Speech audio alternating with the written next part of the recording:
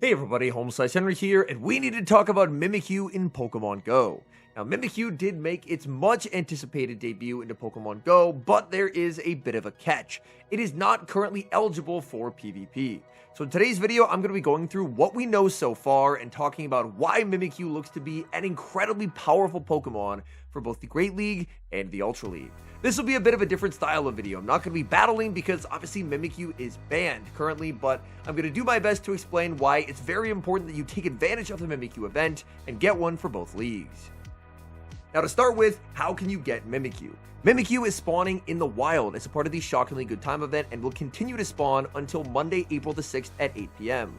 And that's 8 p.m. local time. So if you're watching this video on the day that it releases, Saturday the 4th, you still have several days to go out, make sure you get a good Mimikyu for the Great League, and you can catch them for XLs for the Ultra League. Mimikyu for the Ultra League, I believe the rank 1 is a 14-14-15 without Best Buddy, or the 12-15-15 with Best Buddy, so lucky spreads actually work quite nicely there. They do note in the blog post that you're not going to be able to bring Mimikyu into battle yet, however, you will be able to in the future. Be aware that in the future, Mimikyu will creep into battles, and it just might change your strategy. Now, this is part of what makes the Mimikyu release so exciting, because they're hinting at the fact that Mimikyu is not going to be your ordinary Pokemon in the Go Battle League, but rather, much like several Pokemon that have been released in the past, which is like Morpeko and Aegislash, it's going to have a gimmick.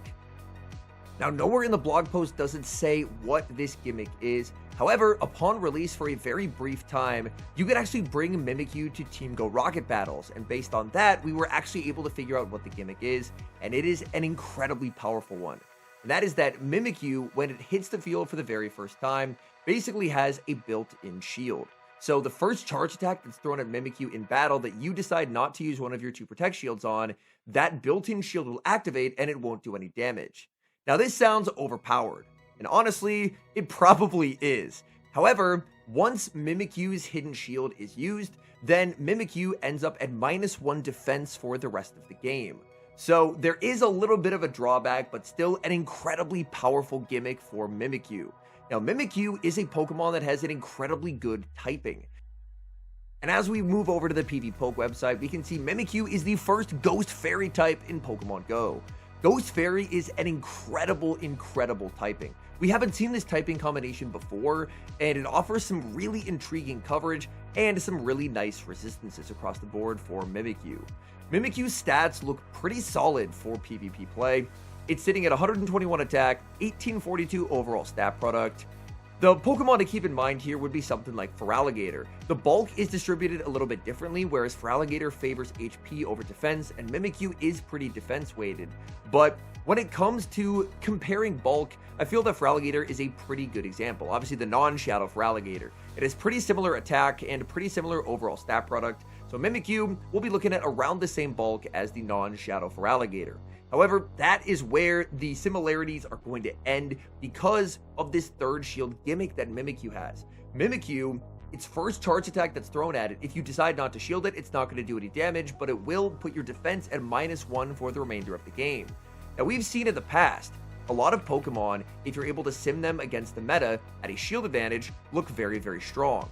Like Feraligatr, 98% win rate if it's up a shield. So it's very good that a Pokemon like Feraligatr did not get this gimmick. Mimikyu, when it comes to it is not honestly having the greatest moveset ever. Shadow Claw is incredible, but Shadow Sneak and Play Rough mean that its cheapest charge attack is going to be 50 energy, but I don't want anyone to be disappointed by this. This is for very good reasons, because you really don't want a Pokemon that has an OP moveset to automatically have a built-in third shield, even if that comes at the expense of -1 defense for the remainder of the game. Now, what I do want to talk about in today's video is basically breaking down how strong Mimikyu looks and why it's so important that you grind it. To start with, we're going to talk about the Great League. So we're going to take the Play Pokemon Championship Series meta, we're going to take the Zeros, and Mimikyu. And Mimikyu right off the bat, batting 64% in the Zeros, and it's picking up some very nice wins. It's destroying Annihilate. Just off of its typing, it picks up so many wins, shutting down Guzzlord, shutting down Altaria due to that Fairy subtyping, and it's destroying Jellicent. It's beating Piloswine because it just has a built-in shield. So there's so many of these matchups where even neutrally, it can just win by virtue of the fact that it's always up a shield, so to speak, because of that third shield gimmick. Now, once you have lost that shield in battle, it's not like you can get it back in that battle. That is a one-time use, but it still puts Mimikyu at a very big advantage state. In the ones, we're looking at a 76.9% win rate. So, Mimikyu looking very, very strong. Now, this is the one shield, but it's basically the 2-to-1s, because it's factoring in the fact that Mimikyu does have this gimmick where it has that third shield in exchange for once it's used, -1 defense. So right off the bat, it's looking to be an incredibly powerful pick. Now, what Pokemon actually beat it? Wigglytuff is very good into Mimikyu, Furret is very good into Mimikyu, Licky is an extremely consistent answer because you have big super effective damage with Shadow Ball, and because of the normal typing, you are double resisting its Shadow Claws. So, Licky in a pretty nice spot. Fortress actually able to win the ones there, so very nice for Fortress. Florges, presumably just by virtue of debuffing it quite a bit. Corviknight able to emerge victorious, although I imagine Corviknight is probably getting an air cutter bait in there. Yes, it is. Corviknight is air cutter baiting twice into a payback, so maybe not the most consistent win there for our good friend Corviknight, but all in all, Mimikyu does look very strong. However, the 2s is where Mimikyu, I would say, looks a little bit more human, but it still does look very strong. 64% win rate, because it's basically like it has 3 shields to your opponent's 2. So not only does it have this very strong typing, it can more than make up for the fact that it has a pretty mediocre moveset that's slow and clunky based on the fact that it has that built-in shield.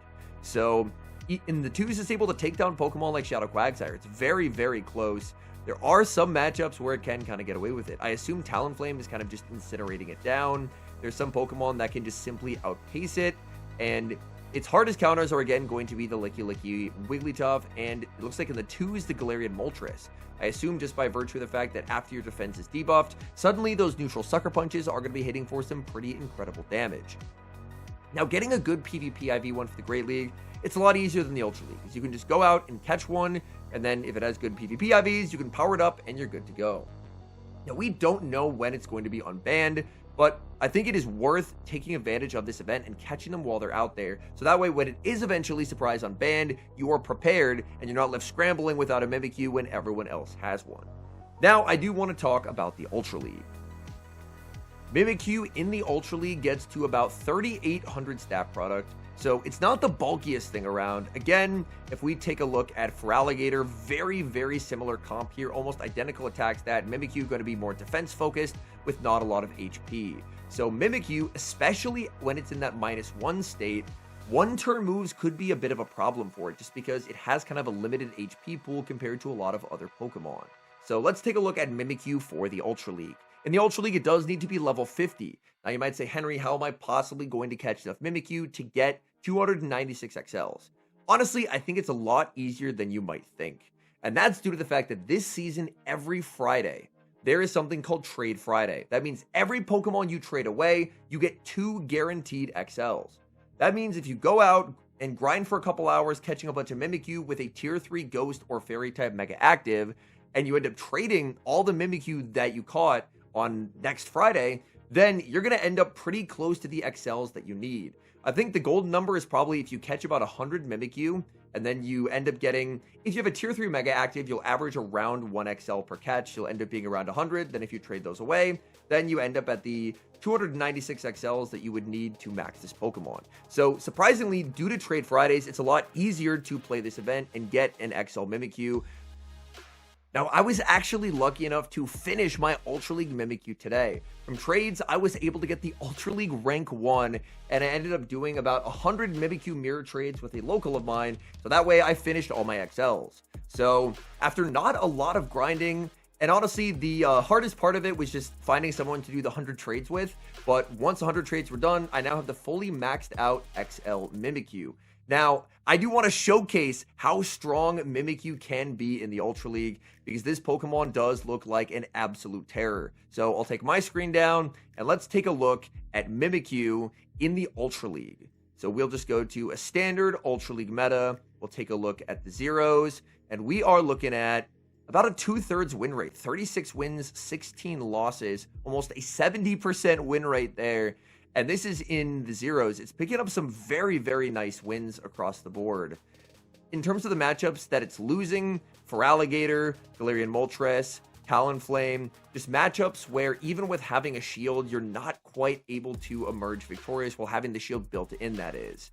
But I imagine the ones will probably be where it looks the strongest, because in the Ultra League, it should actually be able to absorb some hits. So in the ones, oh, we're actually right where we were at another 70% win rate here. But right off the bat, normally meta Pokemon maybe see a 60% win rate if they're lucky. So Mimikyu does look very strong, and I think there will be a pretty high skill ceiling involved just in terms of when to use your Protect Shields versus when to use the built-in shield. Because if you end up using your built-in shield, you get to hold both Protect Shields, but now your Mimikyu's defense has been debuffed, and defense is his best stat. So if you put a Mimikyu at -1 defense, suddenly it's going to be taking substantially more damage in a lot of matchups, and that could be a pretty significant problem. Like, for example, let's pull up something like a Corviknight. So Corviknight is doing 1 damage per sand attack normally. However, I'm willing to bet that if we put Mimikyu at -1 defense, suddenly those sand attacks are probably going to hit for 2 damage instead of 1. So we're going to end up putting it there, and what do you know? It actually goes to 2 damage per sand attack.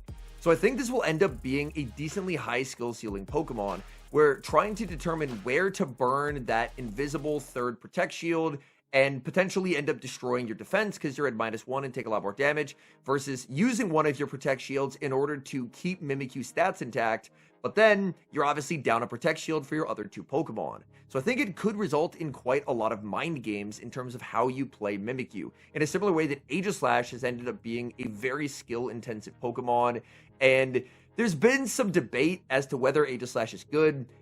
Me personally, I'm in the camp of, I think Aegislash is incredibly strong if you're familiar with the Pokemon and you know how to use it. It can be used in some incredibly creative ways and find some win cons out of just complete thin air. And I wouldn't be surprised if Mimikyu was somewhat the same. Whereas Mimikyu, with that third shield built in, even in the 2 shield, Mimikyu, I'm making sure that I don't still have it at -1 defense. Okay, I don't still have it at -1 defense in the 263.5% win rate. So this Pokemon looks incredibly strong. Across the board, I don't know if I've ever seen a meta Pokemon that is this high of an even shield win rate. And that's just due to the fact that they have done a really nice job with balancing it. I think if it had been given a much better moveset, like let's say a 35 energy move or Shadow Ball instead of Shadow Sneak, like Mimikyu could have ended up being a Pokemon that just beats everything. But I think it should, when it eventually gets unbanned, be a very strong Pokemon, but a Pokemon that does also have checks. Like even in the 2 shield, there's a lot of Pokemon that can just neutrally beat it. We're talking Corviknight, Stunfisk, Florges. There's Articuno out of nowhere. I was not expecting that one. And then a lot of Pokemon that are hitting it for super effective. Greninja, just by virtue of just strictly outpacing it. In the 2s, you're just never able to land that play rough. Drapion hitting it for super effective damage. Licky, again, a very consistent answer to Mimikyu across the board. So when Mimikyu does eventually get unbanned, I know we already see a lot of Licky. I wouldn't be surprised to see even more, because Licky is a very effective counter. And in the Ultra League, it's not like you're seeing anyone running Wigglytuff. Now, we don't get to play the Pokemon to see how busted it feels. And no pun intended there, as I do know that Mimikyu's other form is called Mimikyu Busted Form. But it feels to be, on paper at the very least, a very strong Pokemon, a Pokemon that's going to have a learning curve, but I think a Pokemon that will actually have checks, which is probably what they're going for.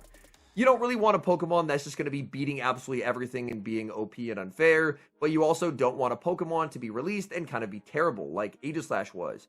Aegislash was released, it accidentally had 100 times the defense, and then it was just a Mud Slap Scizor meta, so even though Aegislash had a lot of promise, it couldn't really do much.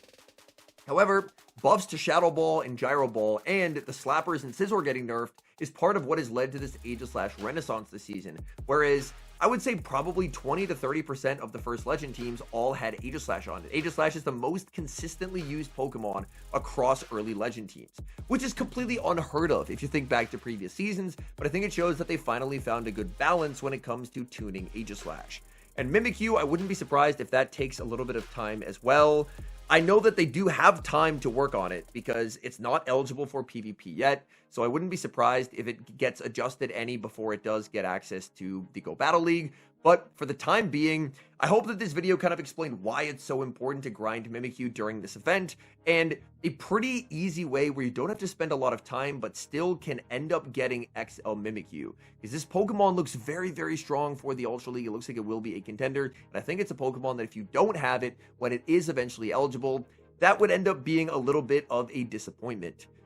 Thank you so much for watching today's video. It's a bit different to the normal videos where I have commentary over gameplay, but I felt that it was important while the event was going on that I let as many people know as possible that it absolutely is worth catching Mimikyu. With this gimmick, it looks extremely strong, and provide tips for the best ways to get those XL candies. Have a tier 3 mega of either a ghost or a fairy type Pokemon, catch as many as you can, and then this upcoming Friday, trade them all away. Ideally, if you can get someone to trade you Mimikyu back, then you have good chances to try and get good Ultra League IVs, since all the best Ultra League spreads are lucky IV spreads. And then you'll be in a really good spot where you'll have a Mimikyu, you'll have the XLs, so when it does get unbanned, you'll be good to go. But don't worry, if you're only here for the gameplay will obviously return tomorrow and basically be every video every single day. But I just wanted to let people know, I think this is a very important opportunity. Make sure you get your Mimikyus, because we don't know when or if Mimikyu will be back for a very long time. Thank you so much for watching. If you enjoyed watching today's video, please do help support the channel by leaving a like on the video and subscribe to the channel if you have not. And an extra special thank you, as always, to our channel members here on YouTube. The support you guys provide to the channel is so appreciated, so thank you guys oh so very much. And until next time, I've been HomeSliceHenry.